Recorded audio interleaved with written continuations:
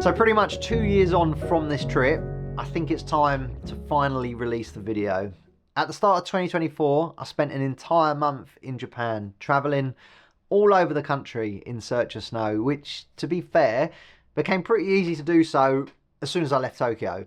By the time I got around to editing the video though, the seasons had changed and it just didn't feel right to release a winter film during the middle of summer.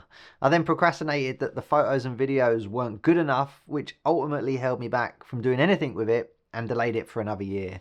I think that's just the nature of photography though. Most of what we shoot is pretty mediocre and never sees the light of days, and over the last few years I've come to accept that. I'm drawn to completely different things now than what I was 2 years ago, and I have to remind myself that if I pressed the shutter back then it must have meant something to me. So these images aren't my best, they're far from perfect, but it's good to be transparent and look back, see what I've learned, see what you do better, and ultimately see how far you've come. The funny thing is, the more I think about this trip, the more I realise that even after visiting Japan multiple times since this trip, this was probably one of the best trips that I've ever had there. Maybe one of the best trips of my life. Japan is a magical place, we all know that, but seeing it under a blanket of snow is extra special. So it's about time that I stopped overthinking, procrastinating about how bad the photos and videos are, and just release the video as it's currently winter in Japan.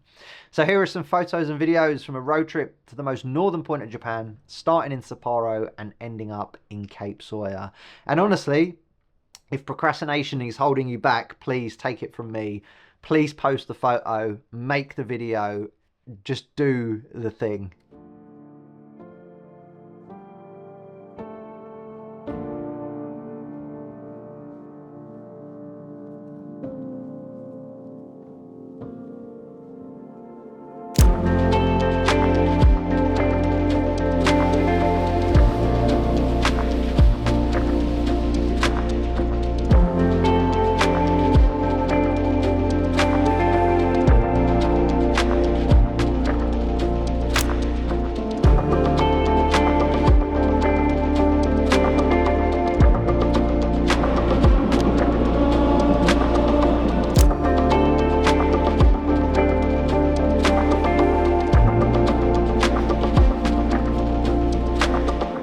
We're going to escape the cold and jump on that little streetcar that we've seen going around town. You can do a whole loop around the city of Sapporo.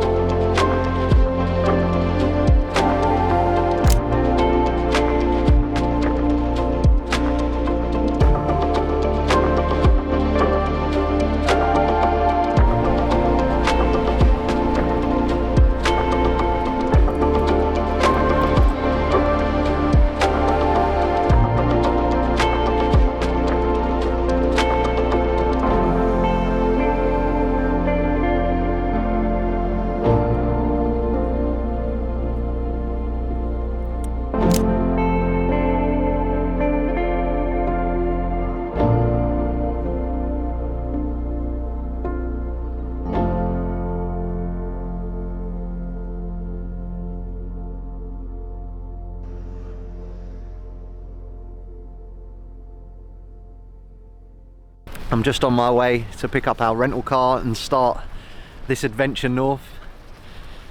Unfortunately, it brings an end to our time here in Sapporo, which is slowly becoming one of my favourite cities in the whole of Japan.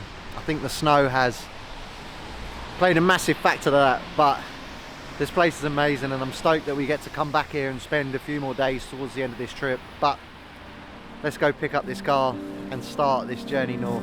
So here she is, our trusty sled that will hopefully take us to the most northern point of Japan. Co-pilot's here. She's just doing the last final checks and we'll be on our way.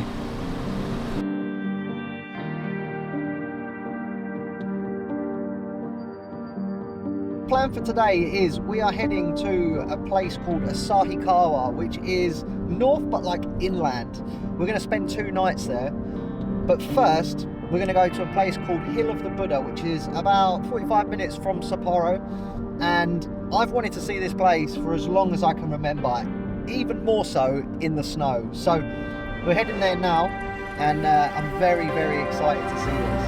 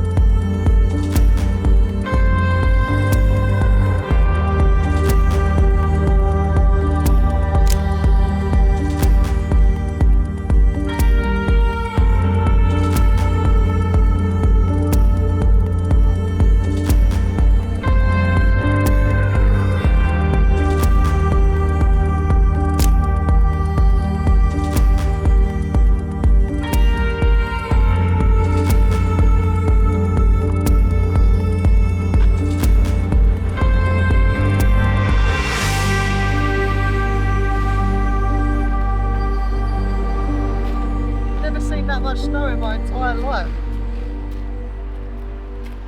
The size of it.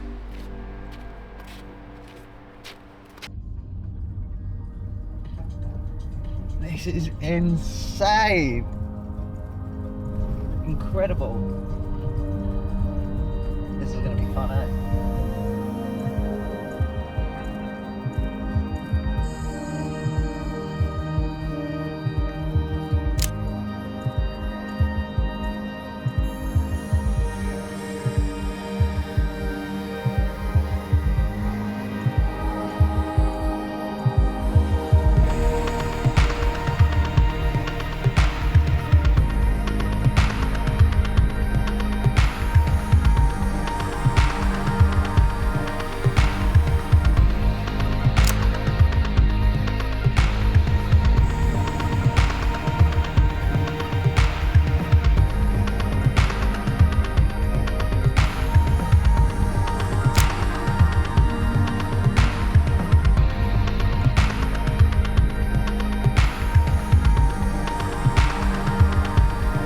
Morning from a bitterly cold Asahikawa.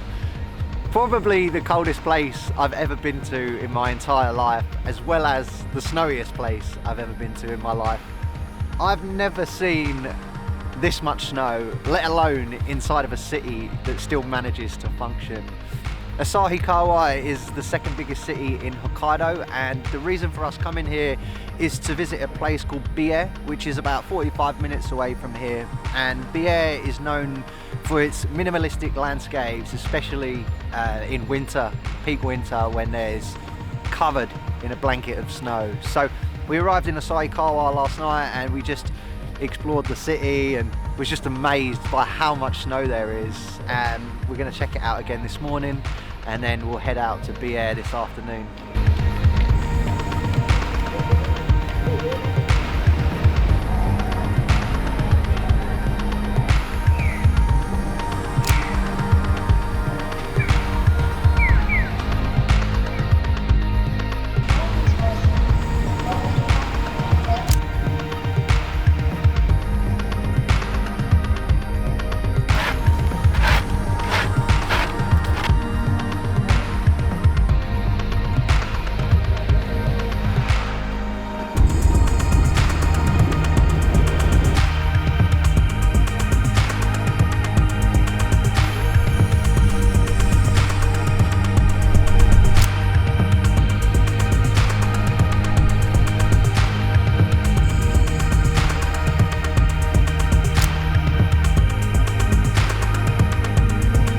So we've just made it out to Biei and the snow is falling.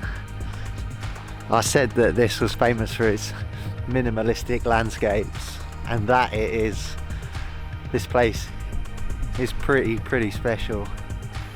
There's just these sort of ridge lines with trees just poking out at the top. Wow, what a place.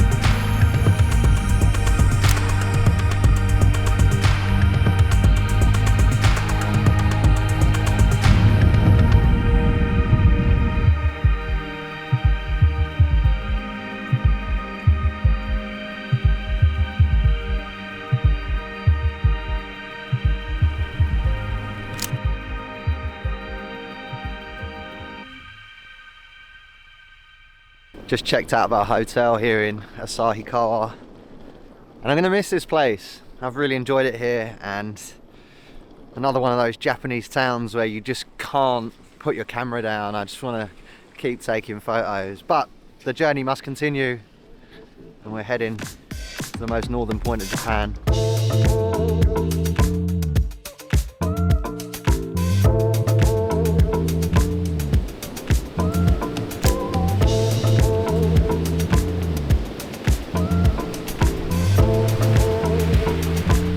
I pretty much drove 2 hours out of my way to come and visit this. It was definitely worth it.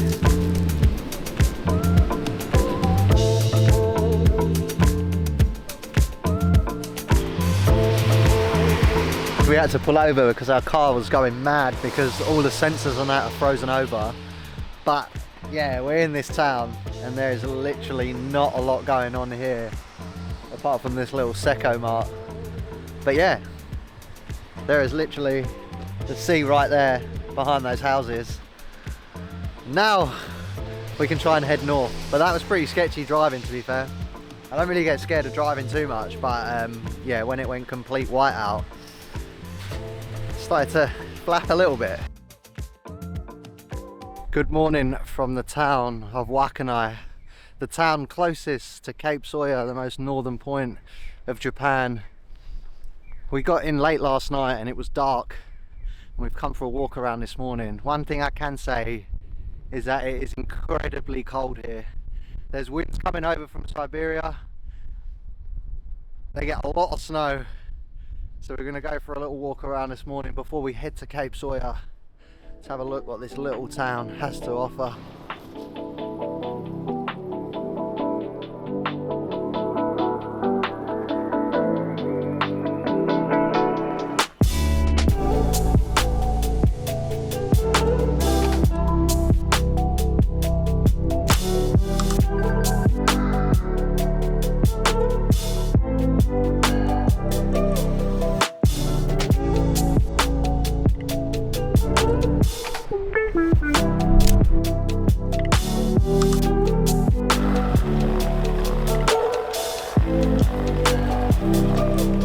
You have these like local heroes here that plough the snow every morning and try and get the town back to some sort of normality.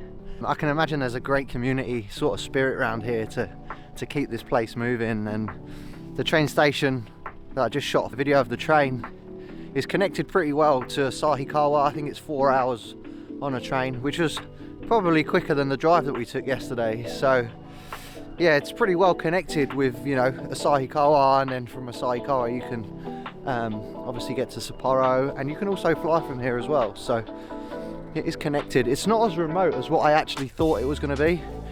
It's just very quiet and eerie.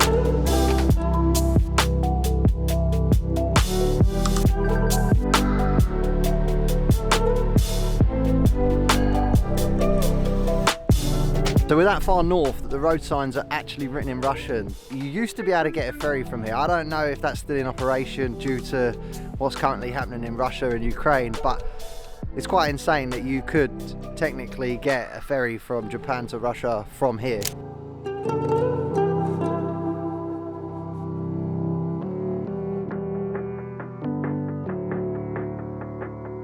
I've never been so happy to see my favourite coffee in the hot cabinet of a convenience store.